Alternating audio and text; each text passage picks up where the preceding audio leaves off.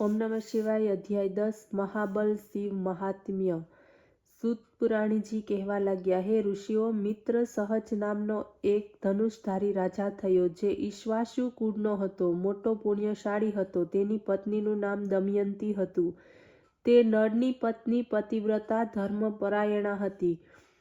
એક દિવસ તે રાજા શિકાર કરવાને માટે ઘોર વનમાં પહોંચ્યો. તેની સાથે સેના પણ હતી. રાજાએ ત્યાં જોયું કે એક કમઠ નામનો દાનવ મહાત્મા મંડપને વ્યાકુળ કરી રહ્યો હતો. ત્યારે રાજાએ ક્રોધમાં આવીને એને બાણ દ્વારા મારી નાખ્યો. એના નાના ભાઈએ રાજાથી બદલો લેવાનો નિશ્ચય કર્યો અને તે માટેનો ઉપાય વિચારવા લાગ્યો. રાજા પોતાના મહેલમાં પાછા ફર્યા અને પોતાના રાજ્ય કાર્યમાં લાગી ગયા.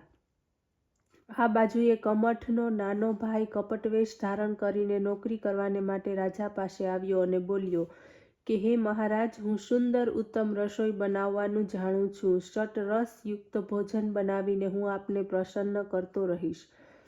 ત્યારે રાજાએ એને પોતાનો રસોઈયો બનાવી લીધો. આ રીતે રાજાને ઘેર કેટલાક દિવસો પછી ગુરુ જયંતીનું પર્વ આવ્યું.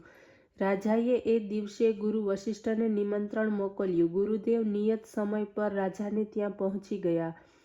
ત્યારે એ કપટીએ સારો અવસર જાણીને શાકમાં માંસ રાંધ્યું અને તેને જઈ ગુરુ વશિષ્ઠના સન્મુખ પીરસ્યું. ગુરુદેવ જાણી ગયા, અરે, આમાં તો માંસ છે. ક્રોધમાં આવીને રાજાને તે બોલ્યા કે, અરે પાપી રાજા, મને પણ પાપી બનાવવા ચાહે છે?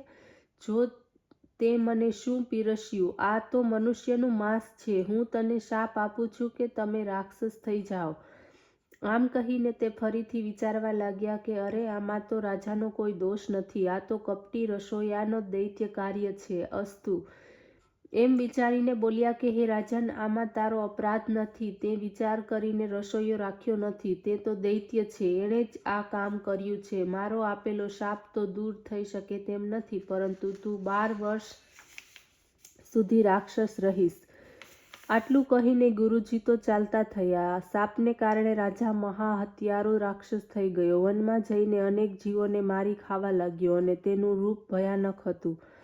એક દિવસે તે ફરતા ફરતા એક આશ્રમ પર પહોંચ્યા. ત્યાં એણે એક મુનિને જોયો. તે હજુ યુવાવસ્થા વાળો હતો.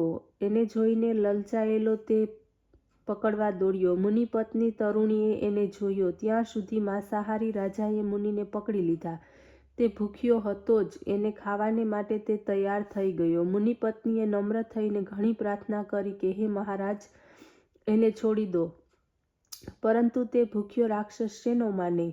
એણે મુનિને બગલમાં દબાવ્યો, શિર ફોડી નાખ્યું અને ખાઈ ગયો. એમના હાડકાં ફેંકીને તે ચાલતો થયો. રડતા રડતા મુનિ પત્નીએ પોતાના પતિના શરીરના હાડકાં ભેગા કર્યા, ચિતા બનાવીને અંતમાં તે વિકલ રૂપધારી રાક્ષસને શાપ આપતી બોલી કે, નીચ રાક્ષસ, તે મારા પતિને મારી નાખ્યો છે. મારું સુખ નષ્ટ થયું છે. જા, તું પણ જ્યારે સ્ત્રીઓની સાથે વિવાહ કરીશ તો ત્યારે તારું પણ મૃત્યુ થશે. આ પ્રકારે શાપ આપીને મુનિ પત્ની સતી થઈ ગઈ. રાજાને શાપના 12 વર્ષ પૂરા થઈ ગયા. ત્યારે રાજાને પ્રથમનું શરીર પ્રાપ્ત થયું. રાજાએ ઘેર પહોંચીને પોતાનો વૃત્તાંત તથા મુનિ પત્નીનો શાપ જઈને રાણીને કહ્યો. આ સાંભળીને એની પત્ની રતિની ઈચ્છા રાખતા પતિને પોતાની પાસે આવવા દેતી ન હતી, પરંતુ એને કોઈ સંતાન ન હતું. રાજા અત્યંત દુઃખી થઈ ગયો. એક દિવસ બધું છોડીને વનમાં નીકળી ગયો. રસ્તામાં ભયાનક રૂપવાળી મહાકષ્ટદાયક બ્રહ્મહત્યાને એને જોઈ. એને જોઈને રાજા ઘણો જ ભય પામ્યો. એનાથી છુટકારો માટે વનમાં એણે તીર્થ, વ્રત, તપ, નિયમ વગેરે કર્યા, પરંતુ બ્રહ્મહત્યાએ એનો પિંડ ન છોડ્યો. રાજા અત્યંત વ્યાકુળ થઈ ગયો. એટલામાં પરમ પવિત્ર મહાત્મા ગૌતમ ઋષિને રાજાના દર્શન થયા. ત્યારે રાજા મુનિના ચરણમાં ઝૂક્યો, પોતાનું સર્વ વૃત્તાંત કહી સંભળાવ્યું. મુનિ પત્નીએ એ આપેલા શાપની વાત પણ કહી. પછી તે બોલ્યો કે, હે મુનિવર, આપ જ મારું રક્ષણ કરો. હું ઘણો જ દુઃખી છું. બ્રહ્મહત્યા મારી પાછળ પડી છે. એનાથી મને બચાવો. આ સાંભળીને પરમ દયાળુ ગૌતમ મુનિ દયા કરીને બોલ્યા કે, હે રાજન, સાંભળો. અહીંથી પશ્ચિમ સમુદ્રના કિનારે મધ્યમાં ગોકર્ણ નામનું એક ઉત્તમ તીર્થ છે. અહીં સર્વ પ્રકારના પાપોના નાશક મહાબલ નામના સદાશિવનું જ્યોતિર્લિંગ આવેલું છે. હે રાજન, તમે એ તીર્થ ઉપર જાઓ. ત્યાં એ તીર્થમાં સ્નાન કરીને શિવાર્ચન કરવાથી બ્રહ્મ હત્યાથી તમારો પિંડ છૂટશે. હે ઋષિઓ, રાજાએ પ્રમાણે દયાળુ મુનિના વચન સાંભળીને આનંદને પ્રાપ્ત કરીને ગોકર્ણ તીર્થ ઉપર પહોંચ્યા. ત્યાં તીર્થ સ્નાન કરીને શિવ પૂજન કરતા રાજાના બ્રહ્મ હત્યાદિક સર્વ પાપો નિવૃત્ત થયા.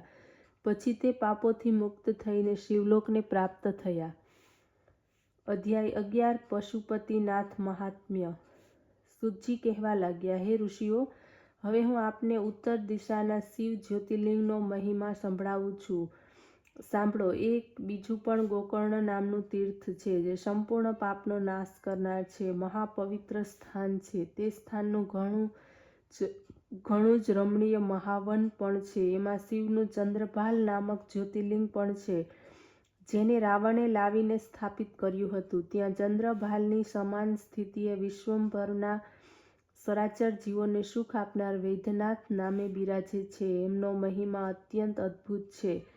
એ જ રીતે અન્ય પણ જ્યોતિર્લિંગ છે. હવે એની કથા સાંભળો. મિશ્રશી નામક એક સુંદર તીર્થ છે. એમાં દધીચી નામક ઋષિ દ્વારા સ્થાપિત દધીશેશ્વર શિવનું જ્યોતિર્લિંગ છે.